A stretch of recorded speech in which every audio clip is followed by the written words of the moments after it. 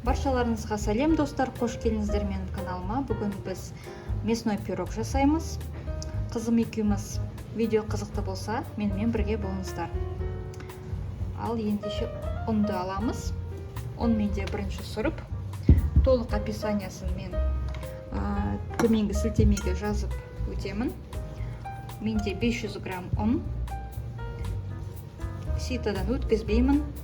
Осылай мен венчикпен араластырамын. Құя ғой. Бәрін саласын. Қызым көмектесіп жатыр. Бәрін саласын.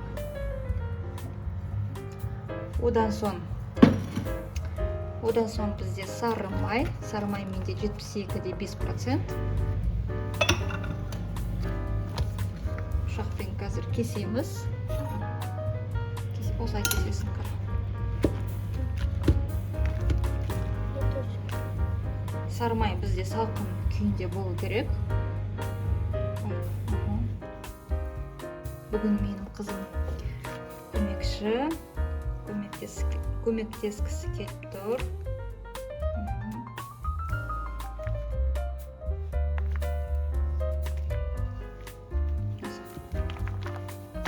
Кесеміз сары майды. 4 бұрышты.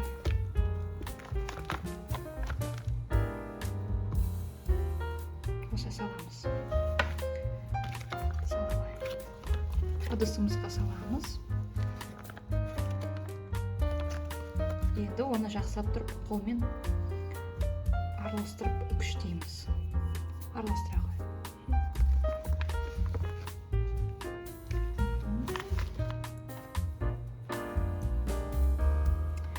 Одан соң біз бір жұмыртқа саламыз. Жұмыртқаны жарасын ба? Осылай істейміз мұны.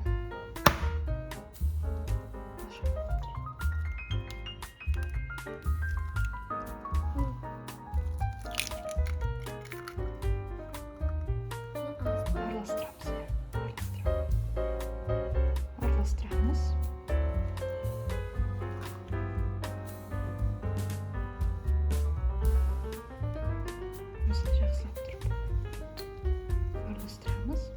Бір шай қасық тұз саламыз.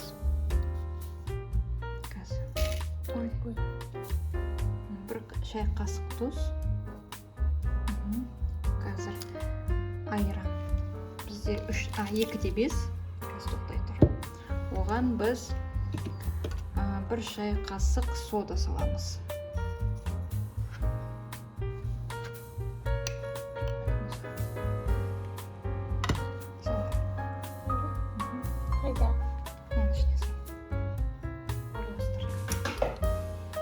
Жақсылап тұрып араластырамыз.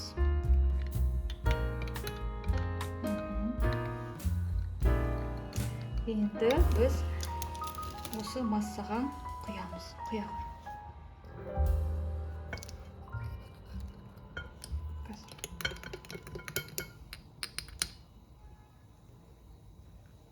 Бәрін құя бер. Қазір осының бәрін араластырамыз.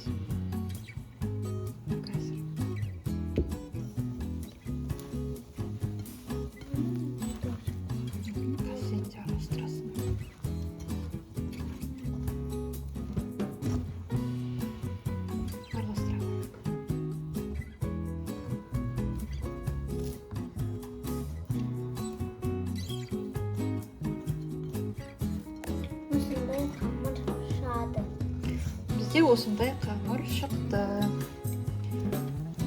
Консистенциясы осындай болып шығады. Енді осыны салафановый пакетке салып қоямыз. Кішкене демалсын. Салмасын дайындаймыз, яғни начинка. Ол үшін бізге қажет болады ет. Кез келген етті алуға болады. Одан соң бізде картоп, пияз, ет. Одан соң тұз қажет болады және де бұрыш. Біздің жаңағы етке саламыз. Ет менде сиырдың еті.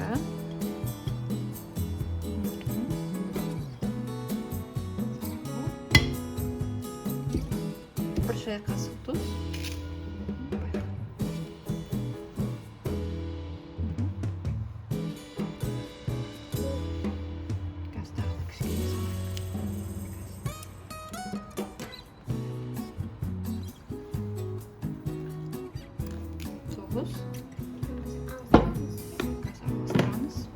Одан соң бізде қара бұрыш. Қара бұрыш көз мөлшерге бірақ та көп болып кетеді осылай саламын.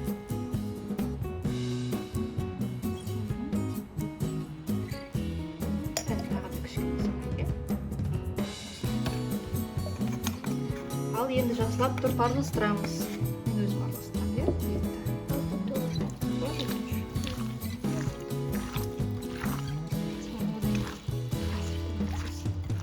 жақсылап тұрып қолмен жақсылап араластырамыз.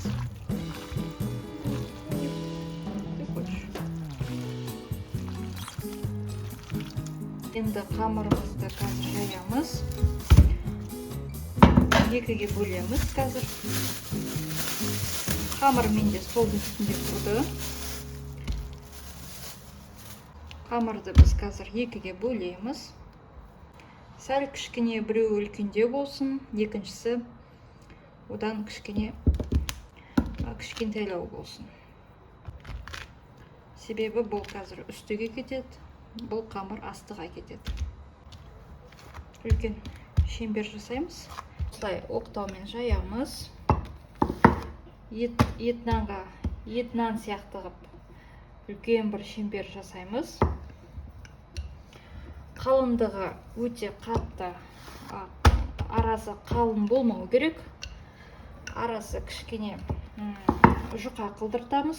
Себебі жаңағы біздің қамырымыз іші дұрыс пісуі тиіс. Ал достар, осындай противеньді аламыз. Духовканың астына пергаментный қағаз қоямыз. Астына пергаментный қағаз қоямыз. Духовкамыздың астын қос қоямыз. Мен 200 градусқа қосамын. Одан соң жаңағы біздің жасалынған қамыр осындай болып шығады.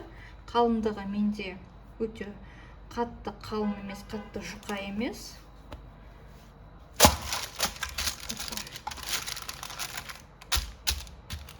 Осындай болып шығады.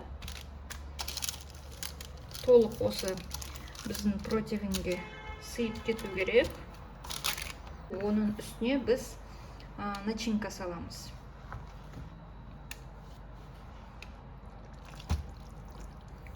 Начинкамызды үстіне саламыз.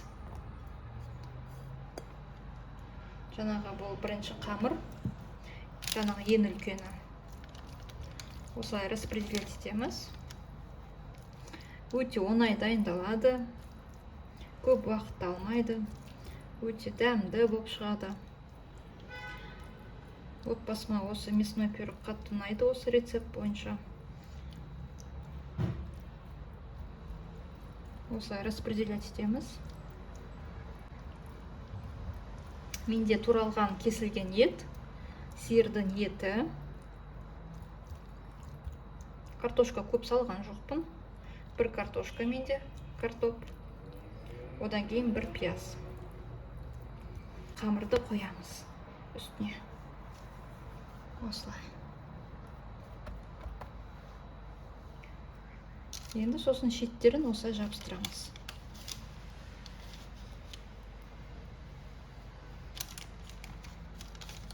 Сонда біздің пирогымыз өте әдемі болып шығады. Осылай жабыстырып шығамыз. Ал достарым, осылай біз жабыстырамыз. Міне, шеттерін осылай жабыстырдық. Одан соң біз осылай қолмен өреміз. Видеодағыдай қараңыздар, мен уже бастап қойдым. Осылай майыстырамыз. Бір қолмен осылай істеп шығамыз. Бүйтіп майыстырып осылай.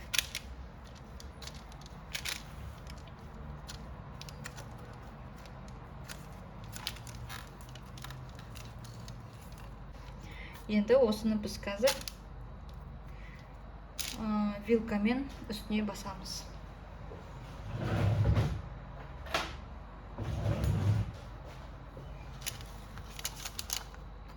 Арасы піссін деп. Енді ішінде шикі ет қой. Осылай ішін арасын вилкамен басып шығарамыз.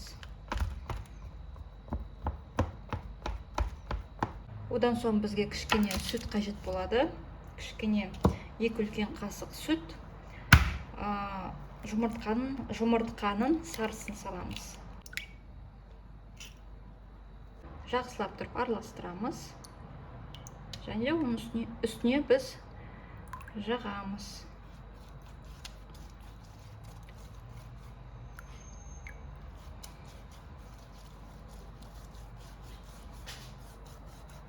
Ал енді біз ыстық қыздырылған духовкаға қоямыз. Шамамен 200 градусқа 40 минутқа.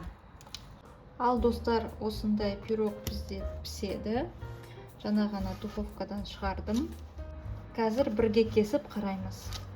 Кесіп көрейік.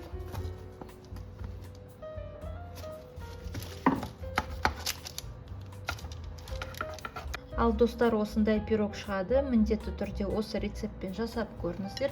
Іші арасы піскен. Осындай болып шығады. Еті де піскен. Міндетті түрде осы рецептпен жасап көріңіздер. Видеоға лайк басып, тіркелуді ұмытпаңыздар. Сіздермен болған бүгін Динара және де келесі кездескенше сау болыңыздар. Сау болыңыздар.